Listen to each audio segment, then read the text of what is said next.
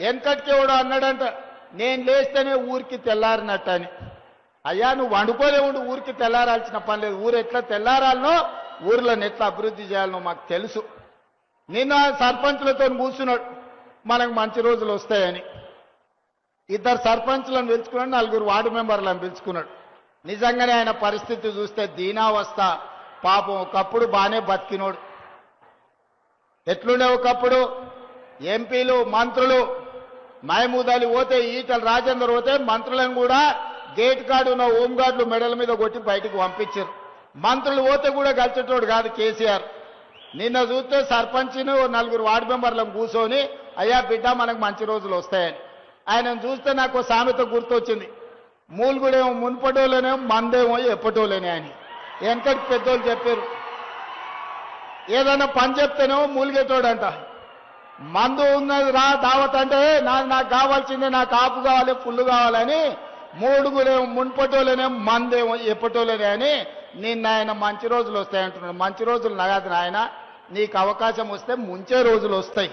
నువ్వు, నీ కొడుకు, నీ అల్లుడు, నీ బిడ్డ కలిసి 4 దిక్కుల తెలంగాణ రాష్ట్రాన్ని పీక్క తిన్నారు, దోసుక తిన్నారు. ఇంకా కూడా మీ ఆకలి తీరలేదా?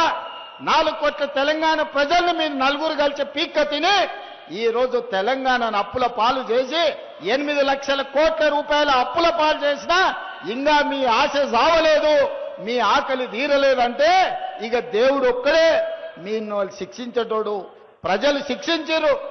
ఆలోచన చేయండి చంద్రశేఖరరావు గారు. అసెంబ్లీ ఎన్నికలప్పుడు నీ అధికారం పోగొట్టారు. పార్లమెంటు ఎన్నికలప్పుడు నీకు గుండు సున్నా ఇచ్చారు.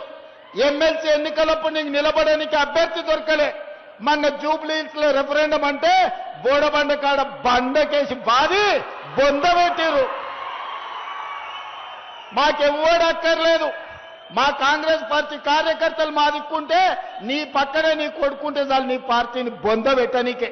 నీకెవ్వడక్కర్లేదు. నీ కొడుకే గుదిబండ, ఆ బండ ఉన్నంతసేపు నీ పార్టీని బొందబెడతారు. ఇక మంచి రోజులు ఎట్లకెళ్ళి వస్తాయి కేసీఆర్? తెలంగాణ ప్రజలకు మంచి రోజులు వచ్చినాయి. తెలంగాణ ప్రజలకు 24 గంటలు విద్యుత్ వచ్చింది. తెలంగాణ ప్రజలకు సన్న బియ్యం వచ్చినాయి. తెలంగాణ ప్రజలకు రేషన్ కార్డు వచ్చింది. తెలంగాణ ప్రజలకు రైతు రుణమాఫీ జరిగింది. తెలంగాణ ప్రజలకు రైతు భరోసా పథకం వచ్చింది. మా ఆడబిడ్డలకు 27,000 కోట్ల రూపాయలు సున్నా వడ్డీ వచ్చింది. మా ఆడబిడ్డలకు ఆర్టీసీ బస్సులు వచ్చినాయి.